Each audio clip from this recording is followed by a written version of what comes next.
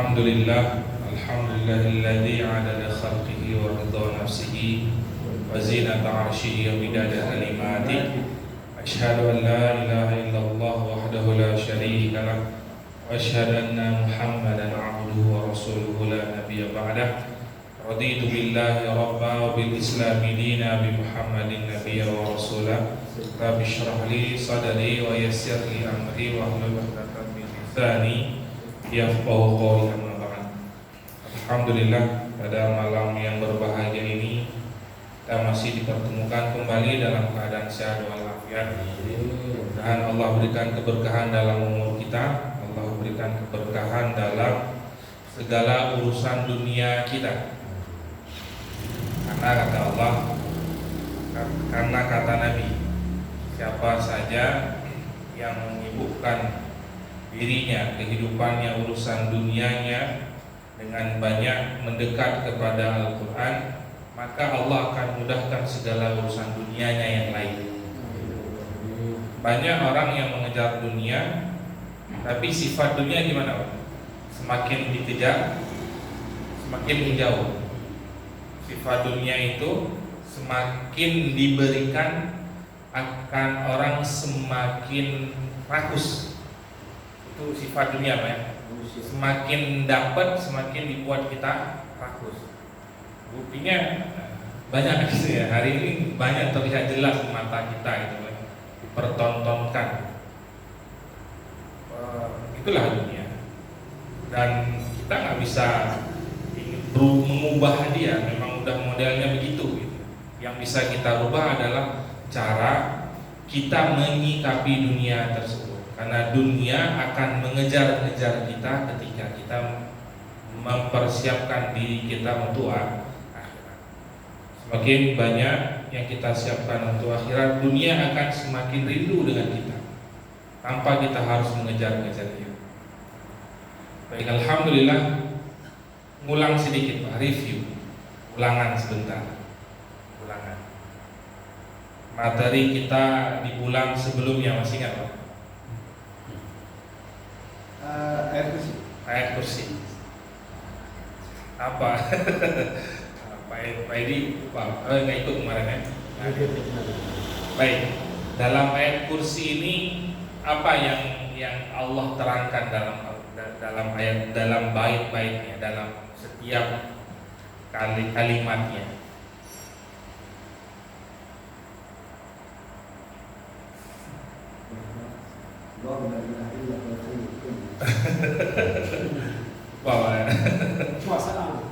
Kekuasaan. Nah, intinya dari ayat kursi itu yang kita kupas pertemuan sebelumnya, Allah ingin mengenalkan dirinya secara sempurna. Ada 10 sifat Allah yang tersebutkan dalam satu ayat kursi. Allahu la ilaha illahu. Pertama apa? Siapa Tuhan kita? Yaitu Allah, yang tidak ada Tuhan selain Dia. Huwal hayyul qayyum. Dialah yang maha menghidupkan dari dulu sampai detik ini, Pak. Dari awal penciptaan bumi sampai hari ini. Allahu la ilaha illa huwal hayyul qayyum la ta'khudhuhu sinatu wa la naum. Kemarin kita kisahkan dalam kalimat ini, pernah Nabi Musa terbesit dalam pikirannya, Allah memang gak ngantuk ya. Dibuat Nabi Musa bertemu dengan malaikat Jibril, suruh pegang gelas, ditiupkan sedikit angin ngantuk gitu ya. Ditiupkan sedetik, nggak lama, sebentar, gelas yang dipegang jatuh pecah. Kalau Nabi kan firasatnya tinggi, Pak, ya. Melihat itu langsung sadar gitu ya. Bagaimana mungkin Allah bisa ngantuk? Kalau Allah ngantuk, bayang matahari pojok sana bisa deket ke sini, Pak. Ya, yang orang harusnya dihidupkan malah dimatikan, atau yang harusnya dimatikan malah dihidupkan, macam-macam, Pak. Jadi mustahil Allah.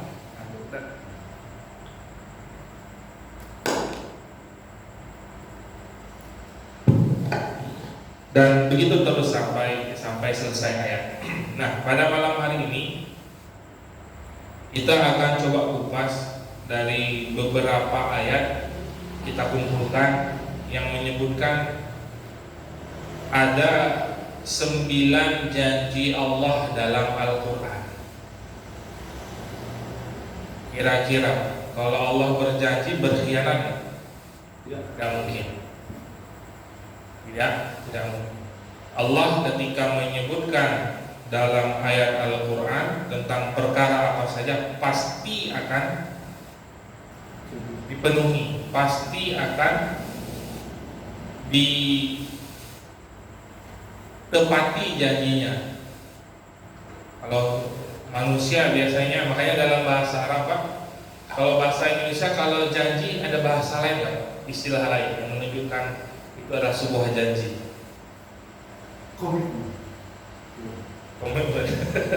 Komitmen is apa namanya?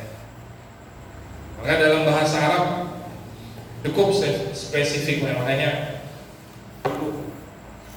Pak, kalau udah kita nggak paham, seenggaknya anak kita ngerti bahasa Arab dikit. Kalau kita kan sudah belajar ya, pelan-pelan, walaupun pernah belajar waktu itu di awal-awal majelis. Mudah-mudahan masih banyak yang ingat atau banyak lupanya.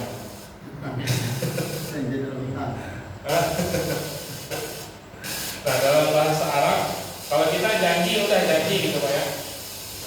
Janji ya cuma satu kata yang janji. Tapi dalam bahasa Arab ada 2 kata yang menunjukkan artinya janji.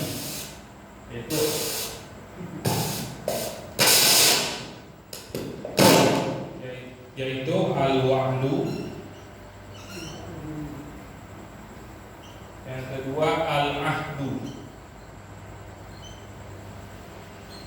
Ini dua-duanya artinya janji, tapi punya karakternya. Janji yang bagaimana? Kalau kita dapati kalimat al-wa'du, maka janji di sini adalah janji bahwa dia akan memenuhi yang dia sebutkan tanpa syarat. Tanpa syarat. Ilzamu syakhsi bil fi'li biduni syartin aw mithaq. Bahwa dia akan penuhi janji tersebut tanpa syarat. Tapi kalau al-ahdu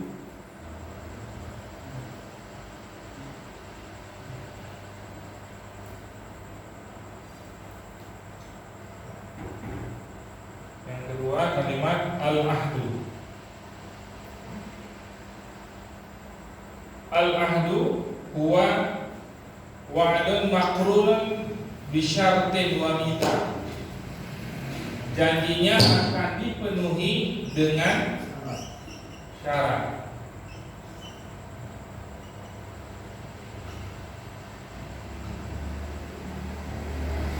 Nah, malam hari ini kita akan bicara tentang ini, al-ahdu. Ada 9 yang Allah janjikan dalam Al-Quran yang akan Allah berikan kepada kita kalau kita memenuhi syaratnya. Nanti syaratnya yang terakhir kita sebut.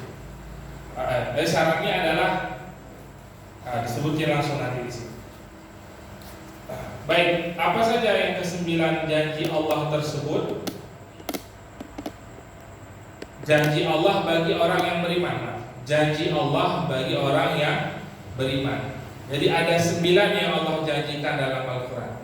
Kalau pegang HP Pak atau ada aplikasi Al-Quran, coba buka. Yang pertama adalah surat Ar-Rum ayat 47, halaman 409. Ayat berapa kan? Ayat 47.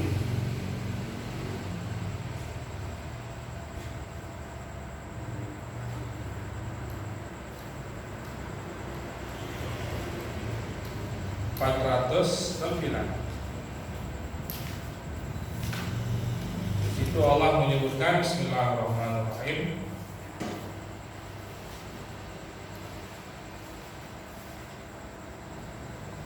Ketemu Pak? Ayat 47. Yang di ayat walaqad arsalna min qablika rusulan ila akhir ayat sampai ayat terakhir. Di situ maknanya, dan sungguh kami telah mengutus sebelum engkau Muhammad beberapa orang rasul kepada kaumnya, mereka datang kepadanya dengan membawa keterangan-keterangan yang cukup. Lalu kami melakukan pembalasan terhadap orang-orang yang berdosa dan merupakan hak kami untuk menolong orang-orang yang beriman. Maka janji Allah dalam ayat ini apa garis bawahnya Pak? Bahwa Allah akan memberikan pertolongan. Dengan segala masalah yang kita hadapi selama ini, lebih banyak kepada siapa kita minta tolong?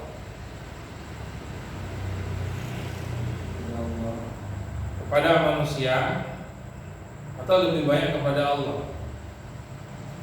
Biasanya ketika ada masalah Pak, yang pertama terbesit apa Pak? Contoh Pak, di bawah mobil tangkap sama polisi Pak. Siapa mau Pak telepon? Mas Ardi.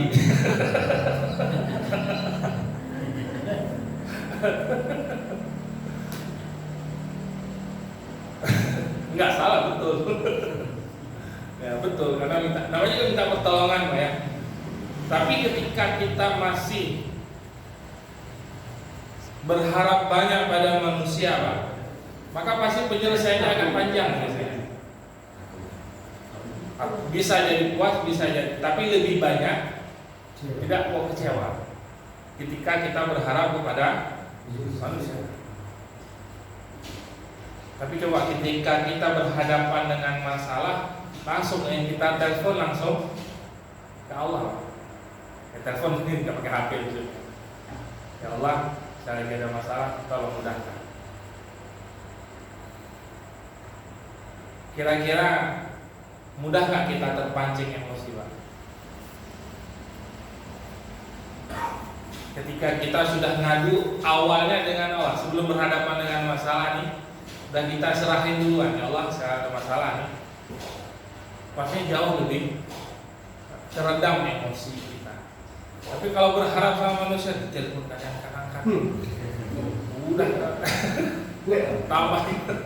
tambah doang. Padahal orangnya juga nggak salah kan. Kita orang yang nggak janji sama kita, nggak apa, cuma karena angkat aja.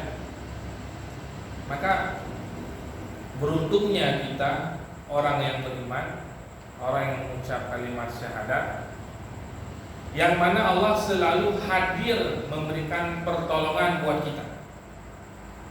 Tapi sering sekali kita tidak pernah minta pertolongan itu.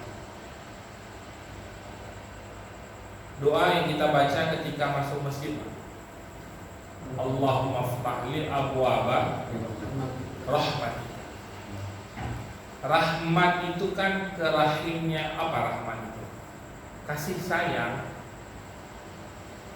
Kasih sayang adalah sifat yang apabila Allah berikan kasihkan buat kita, maka semua kesulitan yang kita hadapi besar.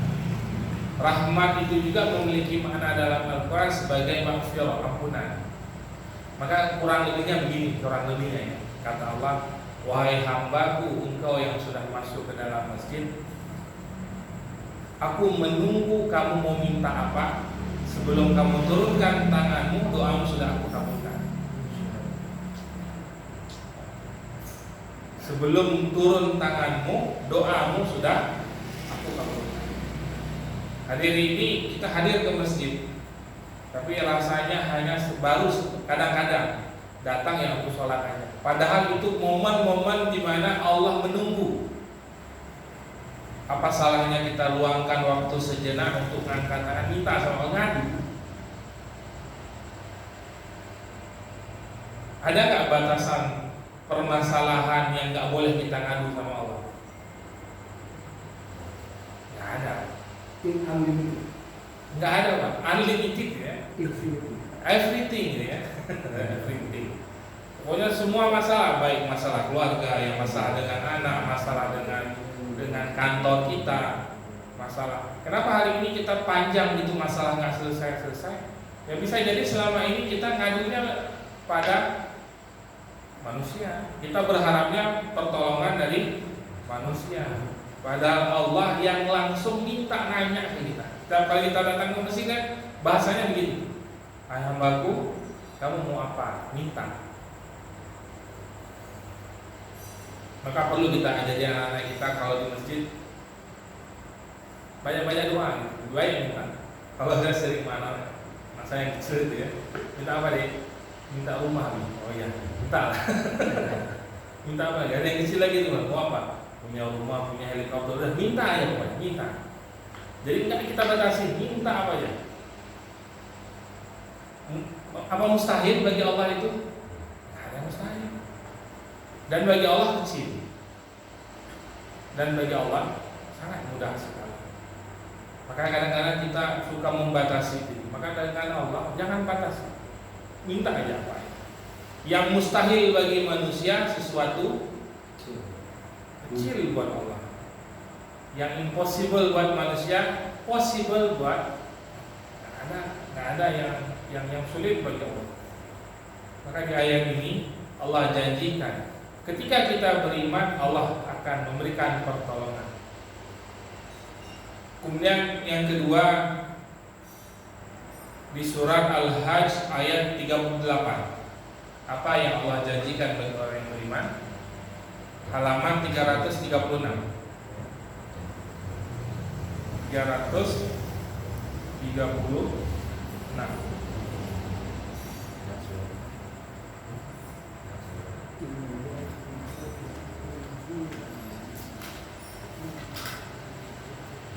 Bismillahirrahmanirrahim. Ayat 38. La yanalallaha luhumuha wa la dima'uha ila akhir ayat. Maaf salah. Innallaha yudafi 'anil ladina amanu.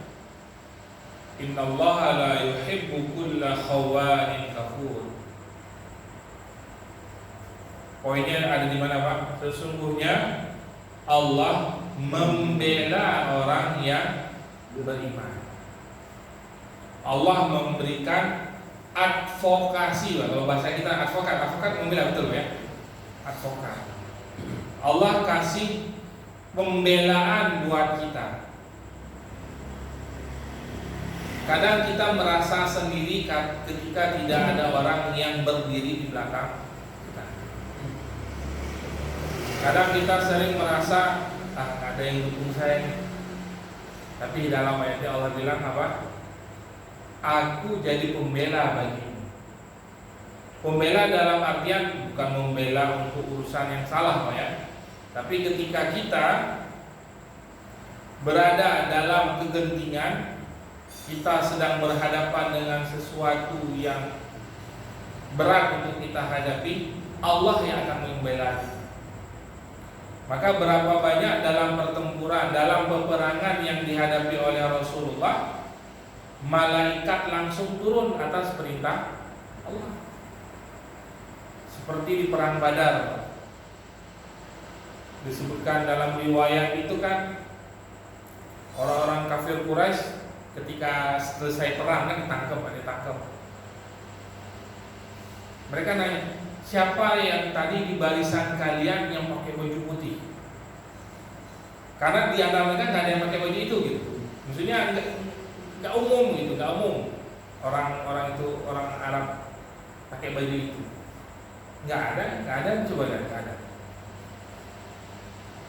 Nabi berkisah sebutkan, tahu nggak kalian?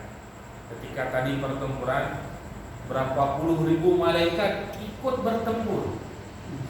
Maka sebelum mereka penggal leher, makanya para muslim nggak sadar waktu perang, nggak sadar. Tapi setelah diceritakan oleh Nabi baru sadar. Oh pantesan ya, belum lagi pedangnya kena di leher orang kafir, udah putus duluan. Belum kena udah putus. Mungkin terlalu jauh sana perang Badar, Pak. Ini yang dekat-dekat, Pak. Dan saya berkomunikasi langsung dengan orang ini. Poso, kalau salah Poso tahun berapa, Pak? 2000 2008. Jadi satu hari, satu waktu datang, waktu itu saya masih di pondok, datang tamu kita dari Poso ya, termasuk pimpinan Laskar Mujahidinnya. Ustaz siapa nama beliau? Karena waktu itu memang anak-anak Poso itu dibiayai masuk Gondor, memang dicari gitu ya untuk kader-kader di bawah Poso. Sampai akhirnya bikin Gontor di sana di Poso. Nah, salah satu mujahidinnya cerita seperti ini. Waktu kami bertempur dengan orang kafir,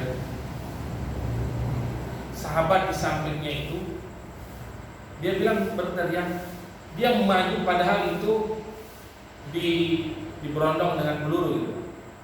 Allah alam dari mana pelurunya ya. Diberondong dengan peluru, tapi dia terus maju ke depan. Dia bilang, saya melihat taman-taman di depan sana. Saya melihat ada pasukan-pasukan putih yang maju ke depan,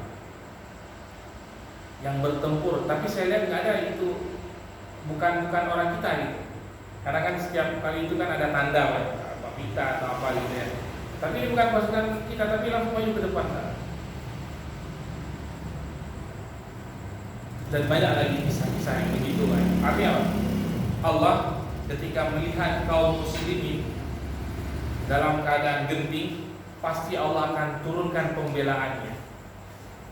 Pastinya Allah turunkan pasukan-pasukannya, dibela dengan pasukannya. Yang pastinya biasanya turun siapa? Para malaikat. Maka orang-orang yang beriman tidak ada hal yang ditakuti ya. Maka ketika ada orang yang musik kita gitu ya, ngangkat dengan istilah agama, ini sama seperti mereka sedang mencari, kalau bahasa ini kita sedang menggali kuburnya sendiri. Kalau bahasa ini ya, karena umat Islam dilarang mencari musuh, apalagi sampai buat masalah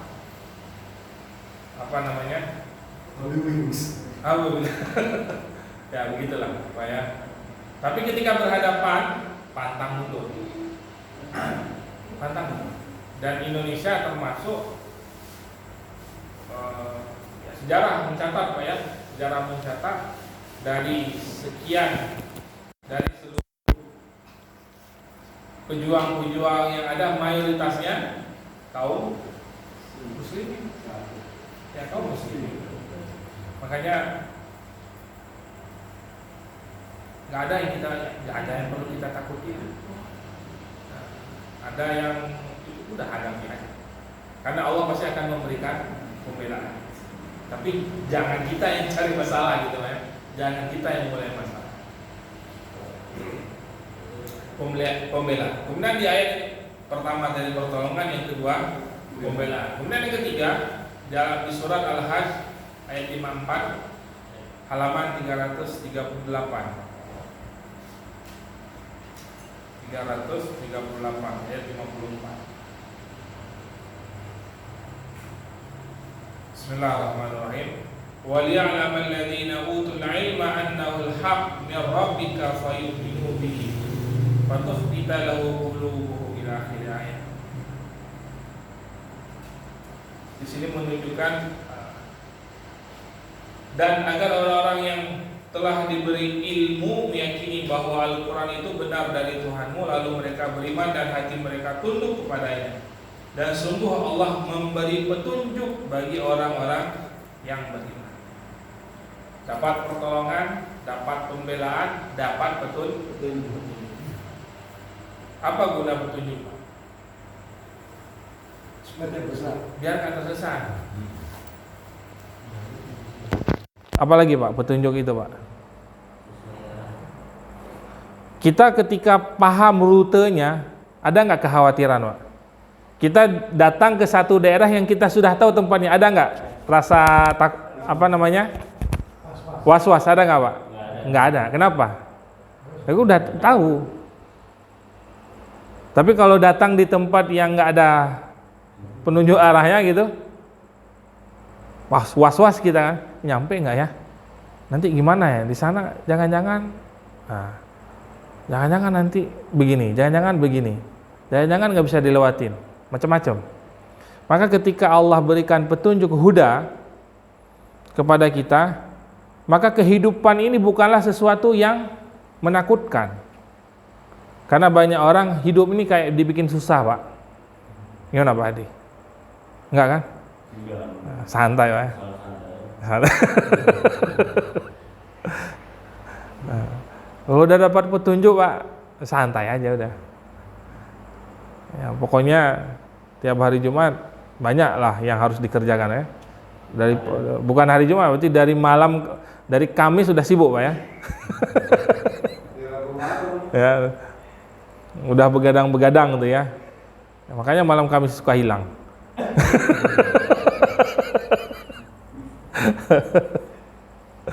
Ya, maka petunjuk ini yang Allah janjikan bagi orang-orang yang beriman. Maka guna petunjuk itu untuk menghilangkan rasa was-was dalam hati kita.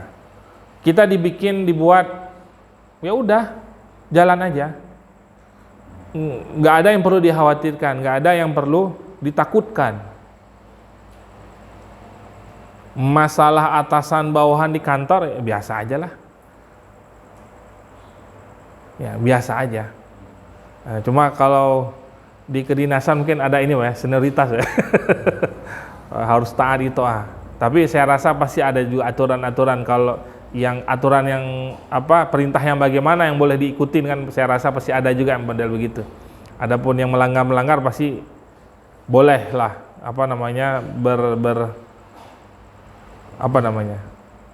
tidak menolak gitu Pak ya, menolak. Ya. Maka petunjuk ini begitu sangat butuh betul kita dengan petunjuk. Nah, maka kalau kita orang beriman tapi merasa was-was terus hidup kita, besok gimana ya? Saya bisa memulai aktivitasnya enggak ya? Kira-kira nanti partner kerja saya akan iniin saya enggak ya? Atau atasan saya akan, udah hilangin aja, udah datang aja, hadapin aja. Ya tapi tetap ya, usaha manusia tetap, ini bukan usaha yang tanpa tanpa bekal gitu. Usaha kita ya yang mesti kita lakukan ya tetap kita lakukan. Tapi kita menyadari betul bahwa Allah memberikan petunjuk buat kita agar memudahkan segala hal yang kita hadapi.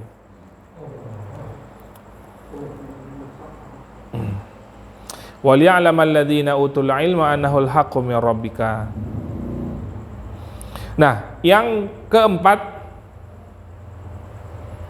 ayat surah Al-Baqarah ayat 257, halaman 43.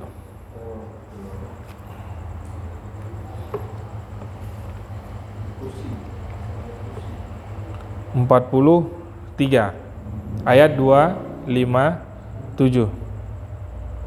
Allahu waliyul ladzina amanu. Kalau kita memaknainya dalam bahasa Arab ya, bisa merinding kita, Pak. Allahu waliyul ladzina amanu. Allah menjadi wali bagi orang-orang yang beriman. Seorang perempuan kalau nggak ada wali bisa nikah nggak Pak? Nggak bisa.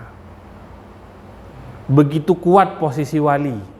Dan Allah menjadi wali bagi kita orang yang beriman. Begitu besar kasih sayang Allah kepada hambanya, kepada kita semua ini, dengan memposisikan dirinya sebagai wali kita. Sebagai, kalau wali itu kan seperti halnya kita dengan orang tua, gimana Pak? Bisa nggak kita ngomong apa aja? Bisa Pak ya? Asal nggak galak gitu. Ya, kita bisa ngomong apa aja. Apa aja hal yang kita hadapi, ada nggak batasan kita dengan orang tua? Nggak ada. Nyaman nggak kita dengan orang tua? Nyaman. Kemudian pertanyaannya, ada nggak Allah tidak memberikan kenyamanan buat kita? Nggak ada. Ya. Allah selalu memberikan kenyamanan. Yang membuat tidak nyaman adalah diri kita sendiri kadang-kadang, karena ulah kita gitu ya. Karena ulah kita akhirnya nggak nyaman. Karena ulah kita masalah yang mestinya mudah malah dipersulit gitu ya. Allahu waliyul ladzina amanu yukhrijuhum minaz zulumati ilan nur. Bagaimana perwalian Allah di sini? Apa yang Allah berikan buat kita? Yukhrijuhum, dikeluarkan mereka minaz zulumat, dari kegelapan ilan nur, ke dalam cahaya. Sebelum Islam datang disebut dengan zaman jahiliyah. Apakah mereka bodoh, Pak? Enggak bodoh, Pak, pintar, Pak. Abu Jahal, apa lakopnya? Apa lakop apa ya, Pak? Lakop apa sih lakop bahasanya? Singa padang pasir gitu. Apa bilang itu? Julukan. Abu Jahal yang kita kenal dengan yang apa namanya dalam sejarah itu sebagai Abu Jahal. Abu Jahal kan bapak yang bodoh gitu ya. Bodoh di sini bukan orangnya bodoh, bukan nggak sekolah, enggak, Pak. Secara posisinya di masyarakat Quraisy dia Abul Hakam namanya. Gelarnya Abul Hakam. Apa Hakam, Pak? Orang yang bijaksana. Nggak sembarangan orang. Bukan orang bodoh, orang terpandang, Pak. Cuma bodohnya dia adalah tidak menerima Islam, itu aja. Makanya kan Nabi Muhammad minta, ya Allah, aku berharap padamu supaya salah satu dari dua Umar masuk Islam. Yang pertama Umar bin Khattab, yang kedua Umar, saya lupa nama ininya, tapi Umar juga, nama Abu Jahal namanya Umar juga, Umar apa gitu. Ternyata yang masuk Islam adalah Umar bin Khattab. Yang masuk Islam. Oh, yang Abu Jahal Umar bin Hashim. Masih ingat ya? Pelajaran kapan? Oh ya.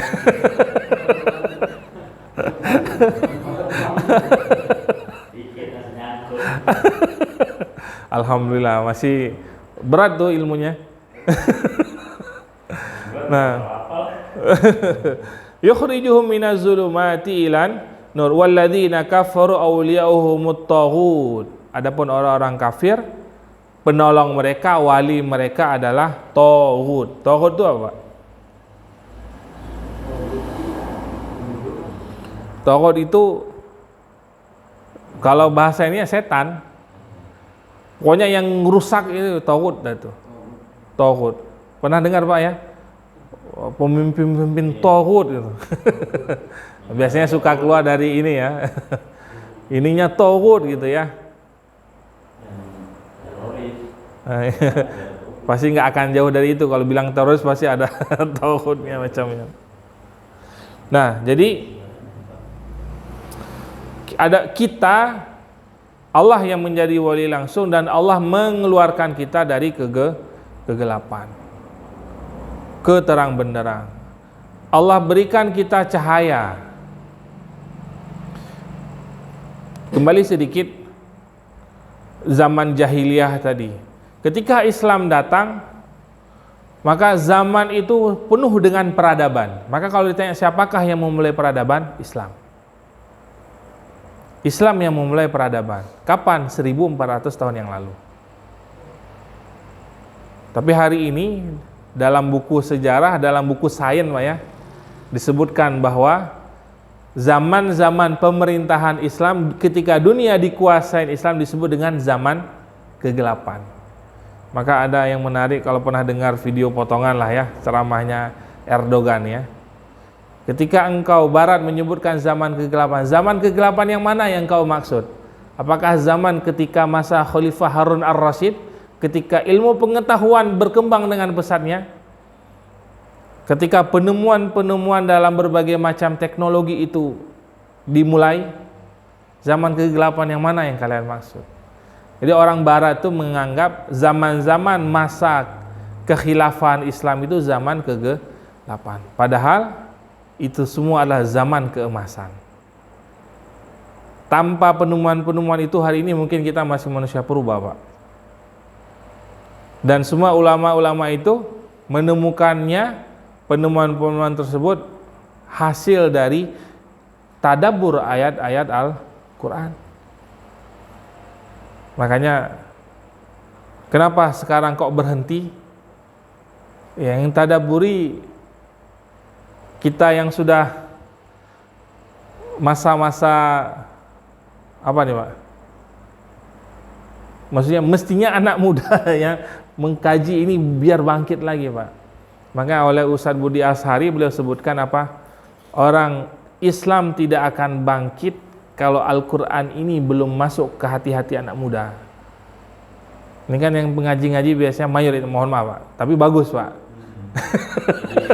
Ya, yang ngaji-ngaji begini-begini nih banyaknya apa Pak Hadi? Umur-umur bahasa diintai.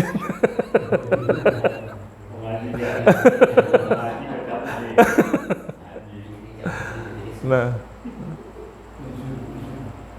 dan tapi nanti akan datang masa itu Pak, akan kembali lagi masa itu ketika itulah Yahudi nanti diperangi. Kalau sekarang kita nggak bisa cerita apa, awas kamu Yahudi nanti akan kami perang balik gitu ya.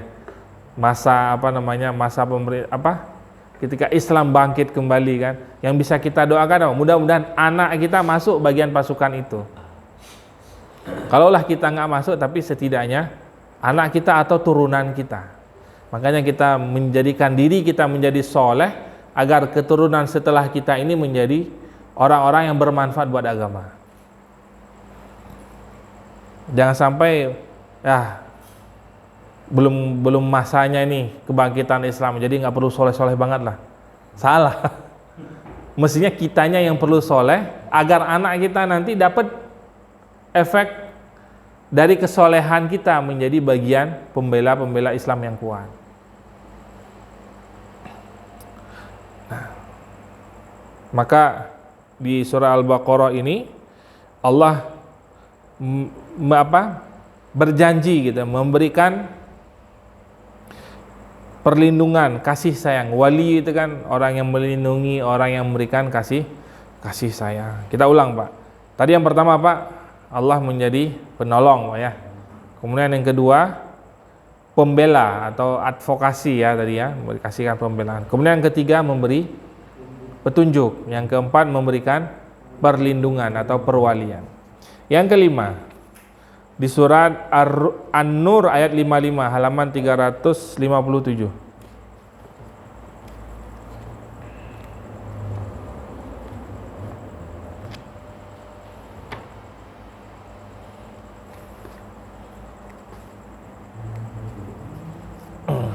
Surat An-Nur ayat 55. Bismillahirrahmanirrahim. Ayatnya langsung diawali dengan wa'adallahu alladhina amanu minkum.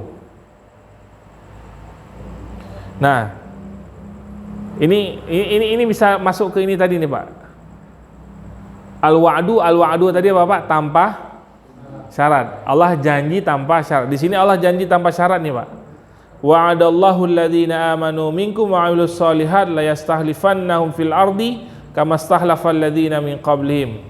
Sampai akhir ayat, bahwasanya Allah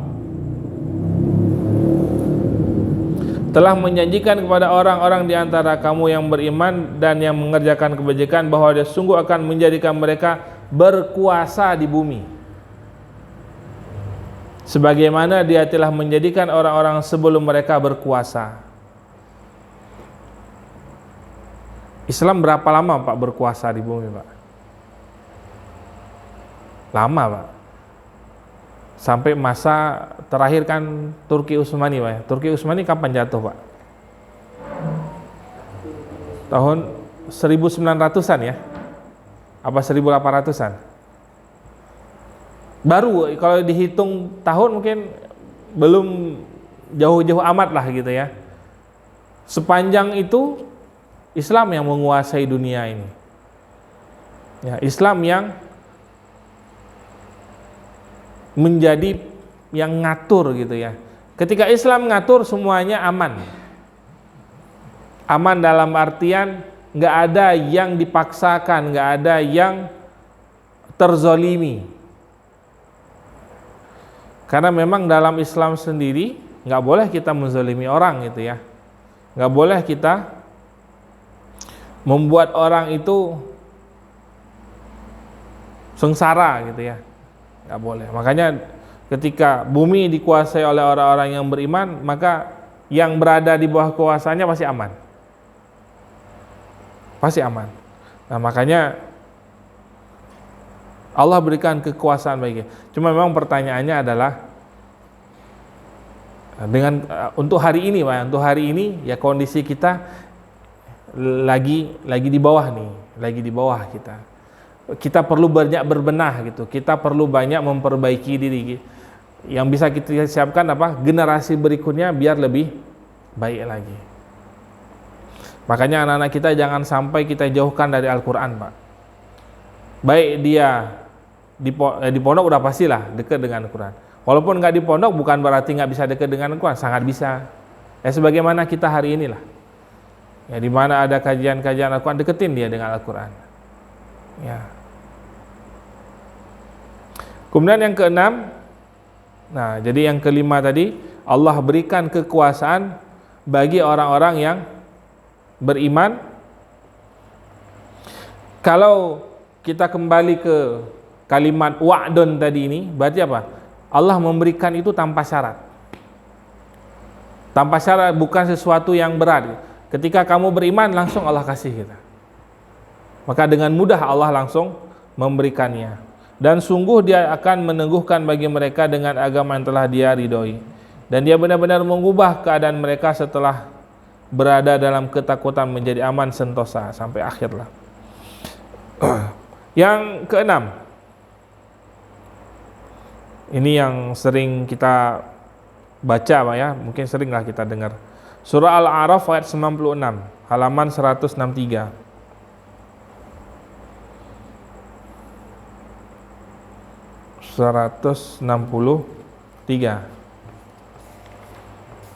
Hafal Pak Dika ya? Iya.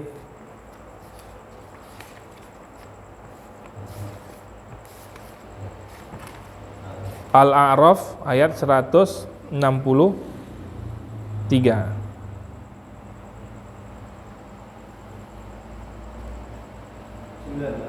Maaf, ayat 96 halaman 163.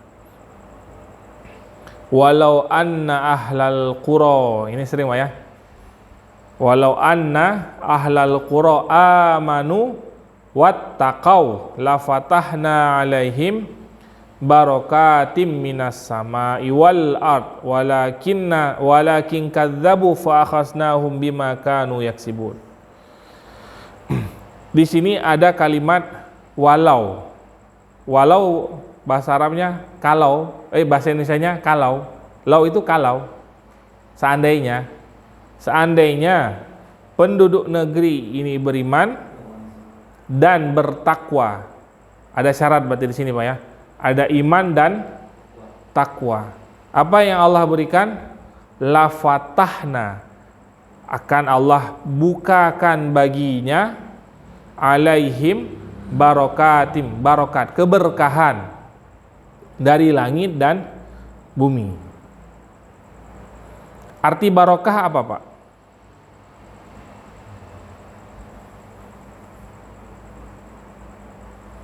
Arti barokah kalau kita makan menyehatin Pak. Kalau kita minum nyehatin. Kalau kita habiskan waktunya bermanfaat. Ketika kita berbuat, perbuatan kita memberi kebaikan buat orang. Ketika kita hadir, memberikan ketenangan buat orang. Kalau nggak berkah, kita hadir nyusahin orang. Itu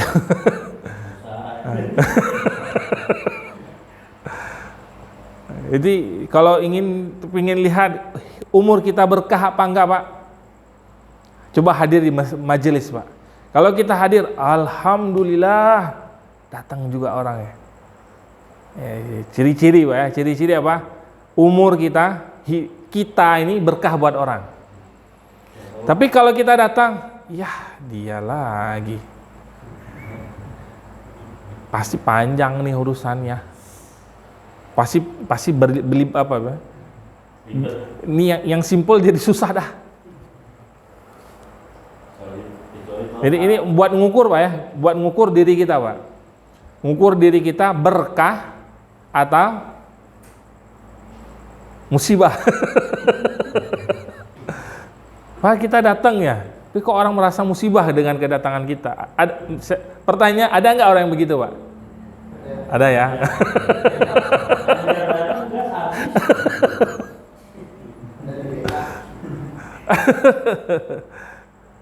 Yang kerasa banget kalau lagi kumpul-kumpul Pak ya, lagi diskusi-diskusi gitu ya. Coba ada ini tadi, ini pasti udah selesai nih urusannya. Nggak ada sih dia nih. Tapi satu lagi apa? Gara-gara dia datang nih, masalahnya jadi ribet. Makanya kita harus sadar diri gitu ya, untuk ngukur itu ya, harus ngukur. Kalau kita datang, orang seneng, atau ketika kita pergi orang bahagia. Ya, Pak? Alhamdulillah dengan dia pergi maka masalah ini selesai. Nggak perlu didiskusikan lagi secara Jadi itu Pak. Jadi keberkahan itu memang itu yang kita cari. Rezeki kalau berkah nyihatin Pak. Tanda rezeki berkah ini tandanya Pak, diantaranya jarang di rumah itu berantem, anak mudah diatur, kita dengan istri enak komunikasi. Muhasabah masing-masing Pak ya. Coba diingat-ingat Pak, gimana di rumah, datang kita ke rumah merasa semua beban itu selesai, atau ketika nyampe ke rumah, aduh yang di sana belum selesai. Langsung mikir.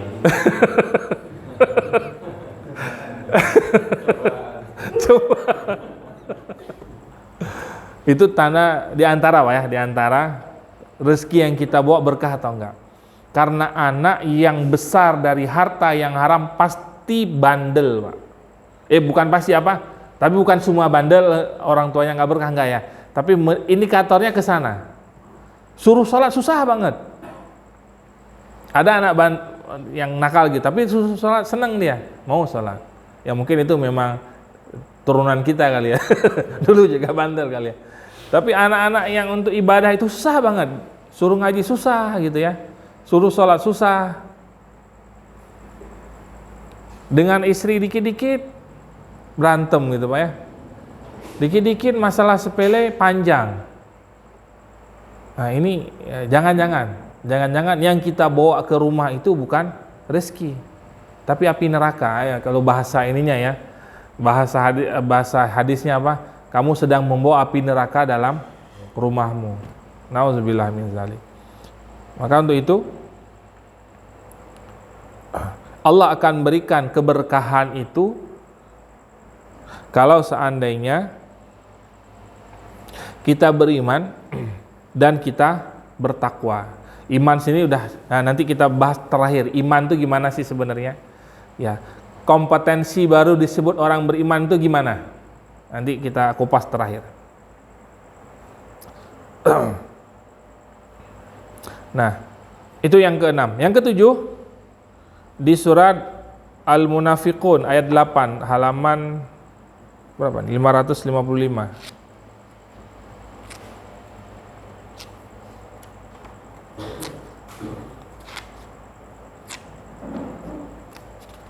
Al-Munafiqun ayat 8. Bismillahirrahmanirrahim. Yaquluna la irja'na ilal madinati la yukhrijannal a'azzu minhal azal, sampai akhir ayat. Mereka berkata, sesungguhnya jika ia kembali ke Madinah, kembali dari perang Bani Mustalik, pastilah orang yang kuat akan mengusir orang-orang yang lemah dari sana. Padahal kekuatan itu hanyalah bagi Allah, Rasulnya, dan bagi orang-orang mukmin. kekuatan Allah hanya bagi Allah, Rasulnya, dan orang-orang mukmin. Di sini menunjukkan bahwa orang yang beriman itu Allah berikan kemuliaan dan kejayaannya. Ya, ini dalam tafsirnya ya. Allah berikan kemuliaan dan kejayaannya. Dan bagi orang-orang mukmin, tapi orang-orang yang munafik itu tidak mengetahui. Maka sekuat apapun yang dilakukan orang munafikun, orang-orang kafir untuk menghancurkan Islam, enggak akan pernah hancur, Pak. Enggak akan pernah mereka hilangkan Islam itu. Dia tetap akan ada. Walaupun nanti beberapa daerah naik, beberapa tempat naik, tapi ada beberapa tempat turun. Itu tergantung kitanya yang di situ. Kalau kita yang kuat memakmurkan masjid, pasti Allah akan angkat derajatnya. Ya, pasti akan Allah berikan keberkahan tempat tersebut. Tapi masjid besar, orang nggak pernah datang, jangan berharap banyak pada penduduk tersebut. Masjid besar, tapi nggak ada jamaah, jangan berharap banyak dengan penduduk tersebut. Ada kantor, Pak, ada masjid, Pak ya. Mestinya waktu sholat selalu penuh, insya Allah, Pak. Banyak orang-orang baik di situ yang bisa menyelesaikan urusan kantor tersebut. Tapi ada kantor, ada masjid, ada musola, ketika waktu sholat sepi, Pak. Biasanya yang begitu-begitu pasti tekanannya lebih kuat, Pak. Bekerja di tempat tersebut tekanannya lebih kuat, pressure-nya lebih kuat, betul Pak Deka? Jadi datang ke sebuah kantor, Pak. Ya, datang ke sebuah kantor, ada masjid, pas waktu sholat datang, Pak. Cek, ini aman nggak di kantornya? Pas waktu sholat penuh, Pak. Ah, ini aman nih. Ya kalau nggak aman berarti ada beberapa oknum aja. Tapi secara keseluruhan aman. Kenapa? Kalau mereka takut dengan Allah, apalagi dengan manusia. Nggak berani dia menzalimi. Tapi kalau punya kantor, jamaahnya cuma imam dengan muazin. Imam sama muazinnya, selebihnya sibuk ya sendiri gitu. Maka akan banyak urusan-urusan di tempat tersebut mungkin menjadi sulit bagi kita. Yang ke-8 di surat Al-Nahl ayat 97, halaman 278. 278.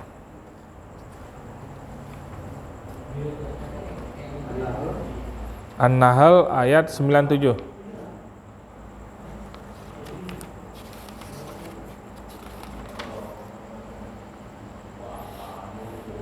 Bismillahirrahmanirrahim. Man 'amila shalihan min dzakarin aw untha wa huwa mu'minun falanuhyiyannahu hayatan thayyibah wa lanajziyannahum ajrahum bi ahsani ma kanu ya'malun. Barang siapa mengerjakan kebajikan baik laki-laki maupun perempuan dalam keadaan beriman, maka pasti akan kami berikan kepadanya kehidupan yang baik, dan akan kami beri balasan dengan pahala yang lebih baik dari apa yang telah mereka kerjakan. Bahwa orang yang beriman yang melakukan kebaikan berbeda dengan orang yang kafir melakukan kebaikan, Pak. Ini kita bahas waktu malam Jumat kemarin, nggak salah, Pak ya. Kalau orang kafir, mereka melakukan kebaikan, semua kebaikannya langsung Allah tunaikan, dibalas langsung di dunia penuh, full, tanpa sisa. Tapi bagi orang-orang yang beriman, bukan hanya dibalas di dunia, Pak, tapi pun nanti di akhirat. Di dunia walaupun dia mungkin tidak berlebihan, tapi Allah berikan ketenangan, keberkahan tadi. Pernah nggak kita lihat Pak, orang biasa aja sederhana naik, mungkin kendaraannya hanya sepeda, tapi senyum bahagia terus. Ada nggak, Pak? Ada. Kayak di iklan-iklan, ya. Tapi ada orang punya mobil mewah, pusing terus. Maka sebenarnya yang kita cari di dunia ini apa sebenarnya? Kalau yang kita rasa sangka bahwa harta itu memberikan kebahagiaan, ternyata banyak orang yang punya banyak hartanya malah tambah pusing, Pak. malah tambah pusing, nggak tenang Pak. Karena kalau kita ngikutin dunia kan bikin hati kita yang was-was terus Pak ya, nggak berani jauh-jauh dari berangkas Pak. Kunci berangkasnya mana? Pinnya mana? Pinnya sekali ketahuan dipakai oleh orang, walaupun orang kepercayaan gitu ya, langsung ganti. Langsung ganti. Proteksinya berlapis-lapis. Nggak aman di Indonesia, kirim ke luar negeri sana. Kan banyaknya begitu Pak ya, biar nggak terdeteksi gitu ya. Kirim ke luar negeri. Selesai menjabat, bongkar semuanya, habis semuanya, miskin lagi. Udah kesempatan memimpin itu cuma sebentar. Yang dikumpulkan hanya maksiat, selesai memimpin habis semuanya. Maka alangkah sangat rugi waktu, rugi umur, rugi kepercayaan amanah yang diberikan. Maka kita sebagai pemimpin, ya laki-laki, kita sebagai laki-laki nih, ngobrol laki-laki, mau nggak mau ketika kita berkeluarga kita udah langsung diangkat jadi pemimpin, mau nggak mau. Walaupun ada istilah apa, feminisme Pak ya, feminisme apa? Ya emansipasi wanita gitu ya, menyamakan derajat. Bisa nggak sama Pak? Nggak bakalan bisa. Nggak mungkin bisa, karena kita dengan perempuan itu saling melengkapi.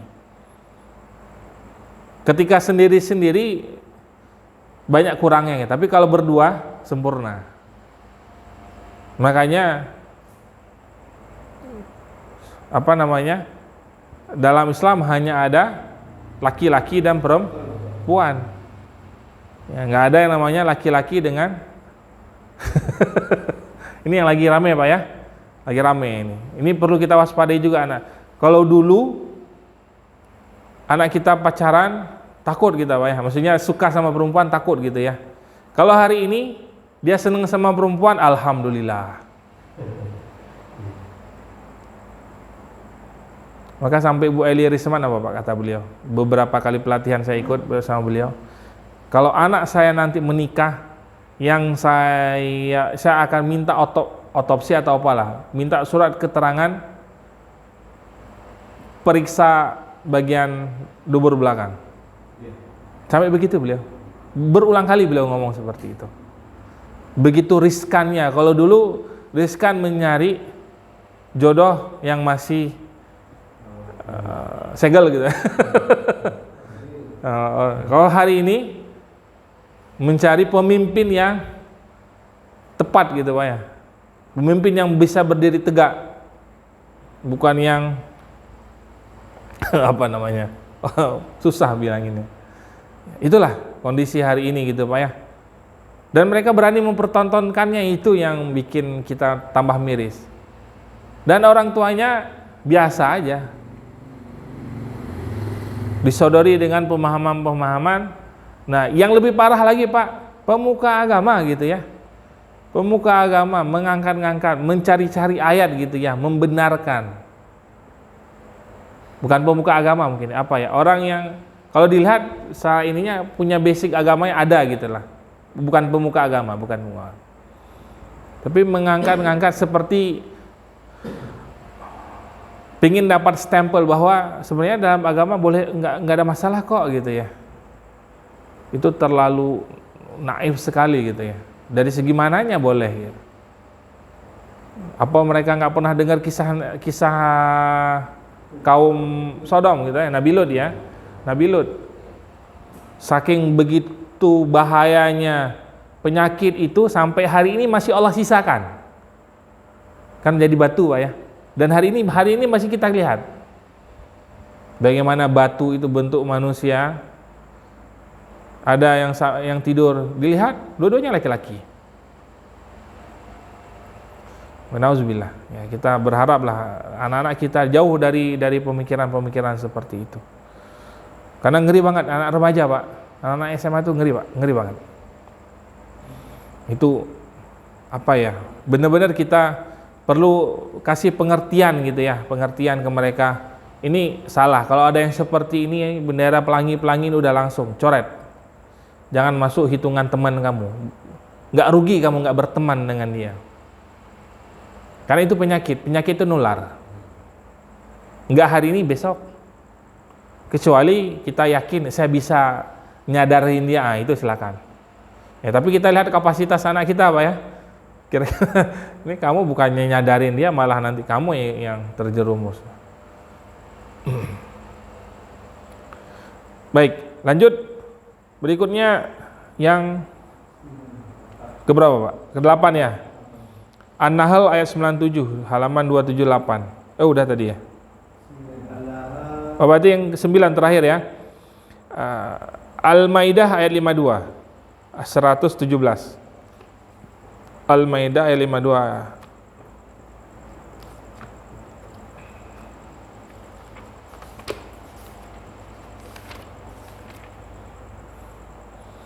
Ayat 52, Bismillahirrahmanirrahim.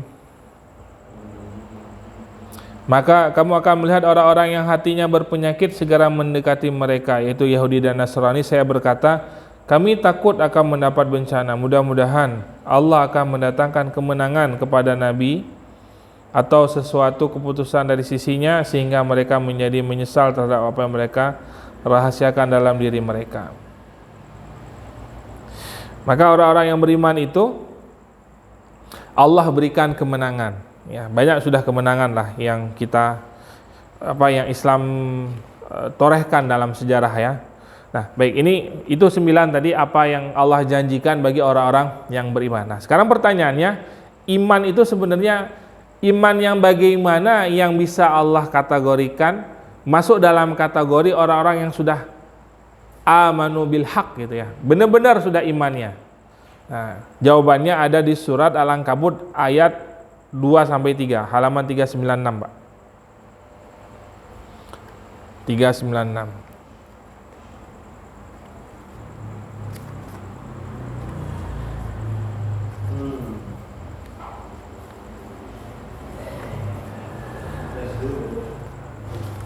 Nah, 396 ayat 2 sampai 3. Ahasiban nasu ayyutraku ayyaqulu amanna. Apakah manusia mengira? Ini kalimatnya manusia, Pak. Jadi bukan hanya buat orang-orang Islam aja. Bukan orang yang sudah beriman, tapi buat khitabnya buat seluruh manusia. Apakah mereka mengira bahwa mereka akan dibiarkan hanya dengan mengatakan kami telah beriman? Hari ini paling banyak begitu, Pak ya. Bahasa ininya kita apa? Islam KTP gitu, Pak ya. Islam di KTP apa agamanya? Islam. Oh, itu berarti orang beriman gitu. Standar minim banget tuh. Apakah mereka mengira dengan menyebutkan aku sudah beriman itu sudah selesai terus dapat yang 9 tadi? Enggak, kata Allah. Orang-orang yang beriman itu siapa? Orang-orang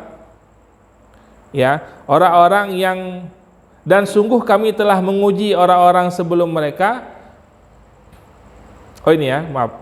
Terakhir ayat 2 itu, dan mereka tidak diuji. Apakah mereka sudah mengatakan beriman terus nggak dapat ujian? Nah, padahal Allah menyebutkan bahwa orang-orang yang beriman itu pasti mereka diuji. Maka ketika ujian itu datang artinya apa? Kita masih orang beriman. Jadi kalau kita masih orang beriman, mestinya datang ujian itu kita seneng, Pak. Masih diakui orang beriman sama Allah. Coba kita nggak diuji. Wah, bahaya, Pak. Nggak dianggap. Kan kalau dalam usul fikih itu kan ada mafhumul muwafaqah sama mafhumul mukhalafah. Maka ketika kita diuji, berarti mafhumul mukhalafahnya apa? Kita masih dianggap oleh Allah orang yang beriman.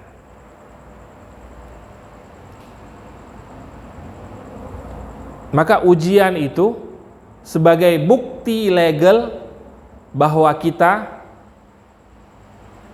dianggap umat Nabi Muhammad dan akan dinaikkan tingkat. Itu, Pak ya. Dianggap dan akan dinaikkan tingkat. Terus kalau naik tingkat apa ujiannya berkurang, Pak? Enggak, Pak. Semakin tinggi semakin kenceng. Ya, makanya ujian paling berat adalah para nabi. Jangan kita pasti enak ya jadi nabi. Enak jadi nabi. Nggak tahu nabi bagaimana ujiannya. Belum diangkat nabi, ujiannya sudah bertubi-tubi, Pak ya. Ujiannya sudah bertubi-tubi. Sama kayak orang bahasa hari. Enak ya sahabat-sahabat yang hidup zaman nabi gitu, Pak ya. Ngerasa apa hidup zaman itu dikira enak, Pak. Atau enak ya kayak kisah Nabi Musa gitu ya. Jangan-jangan kita kalau hidup zaman Nabi Musa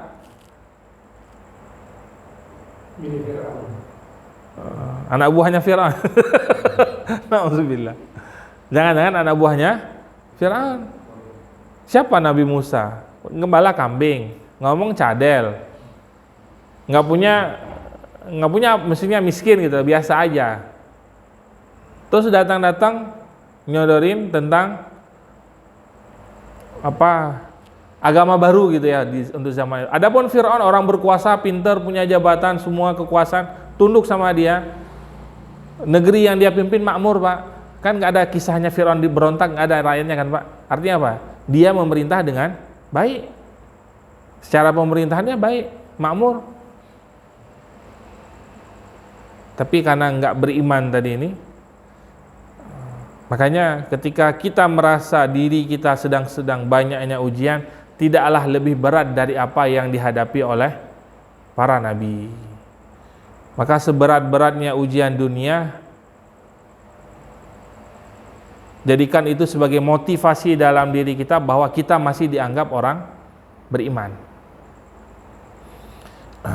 Nabi dalam hadisnya disebutkan, ya Rasulullah, ayun nasi asyadul bala. Ada sahabat bertanya, ya Rasulullah, siapa manusia yang paling berat ujiannya? Ditanya oleh sahabat. Karena orang sahabat kan pengen tahu, ini jangan-jangan sudah berat banget ujiannya. Sebutlah Nabi, al-anbiya, semua nabi pasti berat ujiannya. Nggak ada yang nggak berat. Tsummal amsal. Kemudian setelahnya. Setelahnya maksudnya generasi setelah para nabi. Fal amsalu, dan terus setelahnya. Artinya yang kita hadapi ini, kita udah berapa jarak nih, Pak, dengan nabi? 1400, jauh banget, Pak ya. Maka yang kita hadapi ini, kalau ada hidup di zaman itu, mungkin untuk zaman itu permasalahan kita hadapi hal-hal yang remeh-temeh gitu, Pak. Kremes-kremesnya lah. Cuma kremes-kremesnya aja. Fayubtala rajulu ala hasabi dinihi. Nah, ini yang membuat kita bisa jadi tenang ketika hadapi musibah. Apa kata Nabi? Fayubtala rajulu, dan tidaklah seseorang diuji melainkan sesuai dengan kemampuan agamanya. Ala dinihi, ala hasabi dinihi.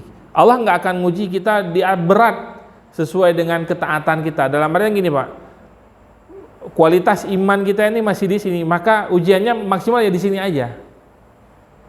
Ya, iman kita standar gitu, standar orang banyak gitu ya. Ya udah, kita di situ aja ujiannya.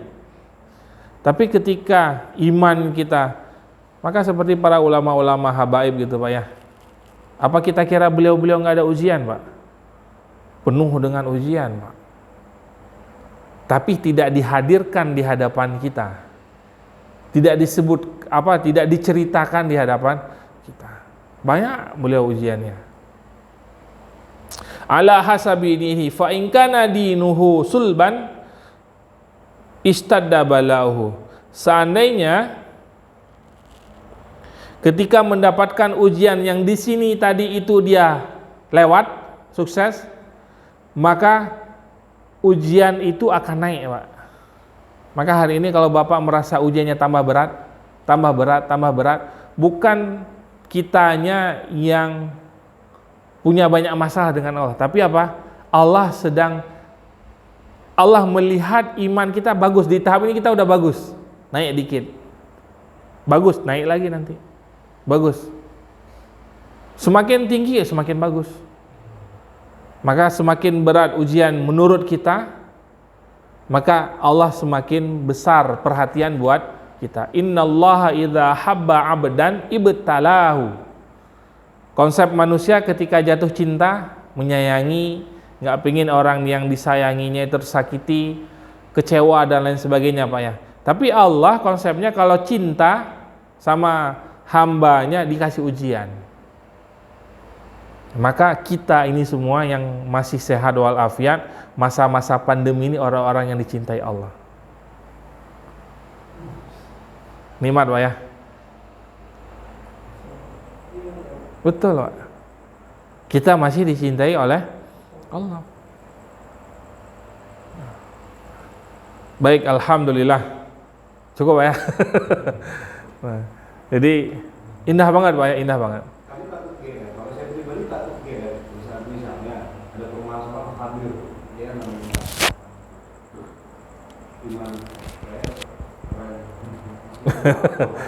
Tapi biasanya orang yang beriman nggak begitu.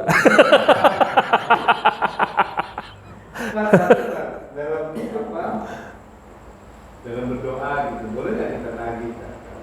Nagih, boleh Pak. Boleh minta sama Allah, boleh. Bukan minta. Ya Allah, sudah doa. Ini dalam posisi nagih. Bukan minta, nagih. Yang kemarin minta belum dikasih, kapan mau dikasihnya gitu. Sebenarnya sebelum doa itu kan, dalam ayat itu kan, ana inda zonni abdi bi, aku ini bagaimana sangka hambaku. Kalau kita sangka ini kelihatannya nggak dikabulin, itu pasti jauh dari terkabulkannya. Jauh di sini bukan artian maksudnya mungkin bisa jadi nggak sesuai dengan harapan kita, tapi Allah pengen ngasih tahu bahwa Allah itu setiap kali kita berdoa pasti dikabulkan dengan sesuatu yang baik buat kita. Nabi Ibrahim Pak, apa doa beliau?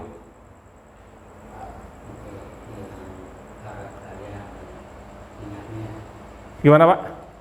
Dikunjungi orang-orang. Dikunjungi orang-orang, apalagi Pak? Kaya raya. Kayak ya. Di antara doa beliau yang terbesar itu apa? Beliau meminta, kan Nabi Ibrahim banyak banget kan, beliau masuk ulul azmi ya. Ketika semua ujian itu beliau hadapi, lulus semuanya, kata Allah, kamu minta apa? Minta Nabi Ibrahim. Minta di antaranya apa? Ya Allah, aku minta ada keturunanku yang menjadi para pemimpin. Jarak Nabi Ibrahim dengan Nabi Muhammad berapa tahun Pak? Hitungannya kurang lebih 3.000 berapa tahun gitu. 3.000 tahun baru kabul Pak doanya.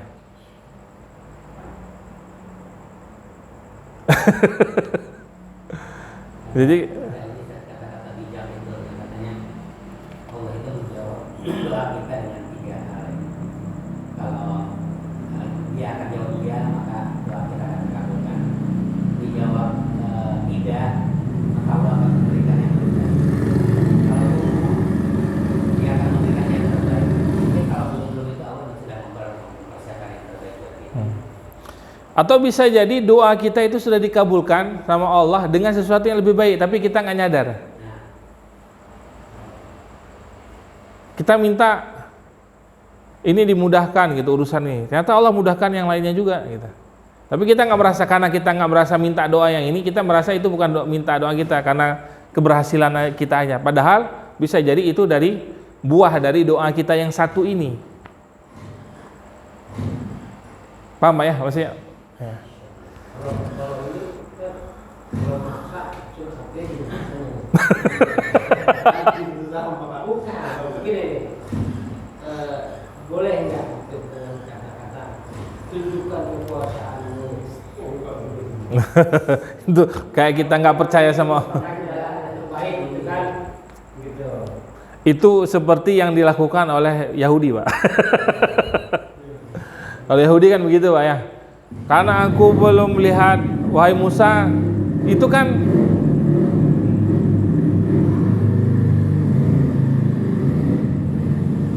Nabi Musa.